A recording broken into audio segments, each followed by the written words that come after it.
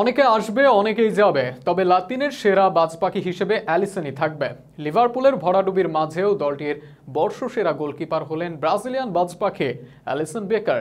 ডিফেন্ডারদের injury R of ফর্মেও দুর্দান্ত সব clean sheet তার পারফরমেন্স আর সেরা হওয়া নিয়ে বিস্তারিত থাকছে প্রতিবেদনে।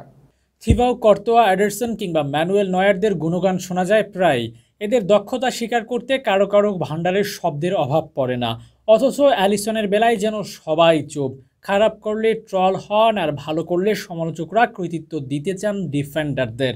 অথচ বিশ্বের নামি দামি গোলরক্ষকদের অনেকেরই ক্যারিয়ারের দীর্ঘ সময় খেলেছেন ভালো দলের হয়েই। সেই যুক্তিতে কেউ যান না। অ্যালিসন অবশ্য সে কথায় দমে যাননি।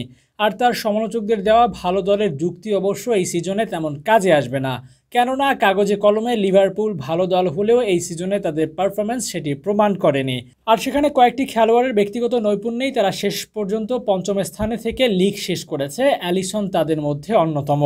কি না করেন অ্যালিসন বেকার! লিভারপুলের জার্সিতে সেভ, ক্লিনশিট থেকে গোল ও অ্যাসিস্ট পর্যন্ত করেছেন। এবারের সিজনের অ্যালিসনকে অনেকে সেরা ছন্দের অ্যালিসন বলেন না।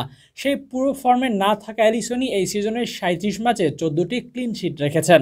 এর মাঝে গোল খেয়েছেন 43টি, সেভ দিয়েছেন মোট 108টি শট। ক্লিনশিটের তালিকায় অ্যালিসন আছেন ডিগিয়া ও রামসেডেলের পর 3 নম্বরে। গোল প্রিভেন্টে ব্রান্ড লেনোর পরে আছেন 2য় নম্বরে। সর্বোচ্চ সেভের তালিকায় আছেন যৌথভাবে 4 নম্বরে। পেনাল্টিতে অ্যালিসনকে দুর্বল বলা হতো, অথচ এবারের প্রিমিয়ার লিগে ফেস করা 4টি পেনাল্টির 2টি ফিরিয়ে দিয়েছেন তিনি। পেনাল্টিতে 50% সফলতা পাওয়া গোলরক্ষককে দুর্বল বলার কোনো সুযোগই নেই। এই সিজনে ভুলও করেছেন অ্যালিসন, তবে ভুলের চেয়ে গুরুত্বপূর্ণ সময় দলকে বাঁচিয়েছেন বেশিরভাগ সময়। বিশেষ করে তার অনেক সেভ দলের জয়ে ভূমিকা রেখেছে। সেভ, বল ধরা, পাসিং সবকিছুতেই দক্ষতা দেখিয়েছেন তিনি।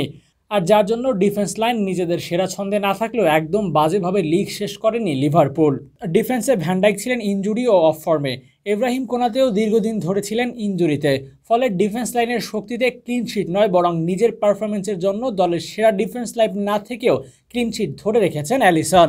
জাতীয় দলে অ্যালিসন ও এডারসনের প্রতিদ্বন্দ্বিতা এখনও চলবে, তবে সে প্রতিযোগিতায় অ্যালিসনকে ছুঁড়ে ফেলার কোনো সুযোগ নেই। অ্যালিসন সুযোগ পেলে এখনও বাজপাখির মতো পাখা মেলে ধরতে পারেন, তাই প্রমাণও করেছেন, যা আগামী দিনে ব্রাজিল সমর্থকদের জন্য খুবই প্রয়োজনীয়।